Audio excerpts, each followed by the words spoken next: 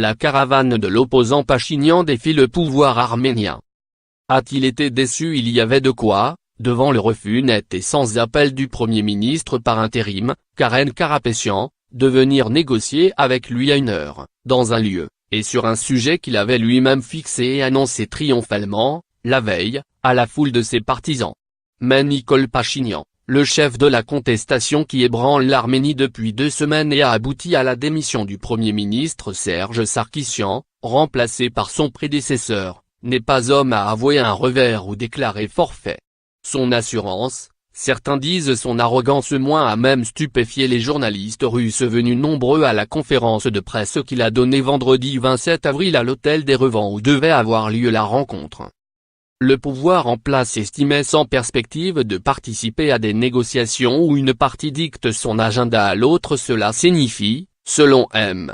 Pachinian, qu'il voulait aggraver la crise politique alors même que lui, député d'un mouvement minoritaire certes, mais candidat du peuple est à ses yeux seul capable de la résoudre pour peu que le Parlement l'élise Premier ministre lors de sa réunion extraordinaire du 1er mai. Une évidence, dit-il, et un choix 100% conforme à la Constitution puisque le Parlement peut nommer au poste de Premier ministre n'importe quelle personne, sans qu'elle soit forcément membre du parti au pouvoir ou de la majorité parlementaire. Mais il avait hâte de reprendre la route.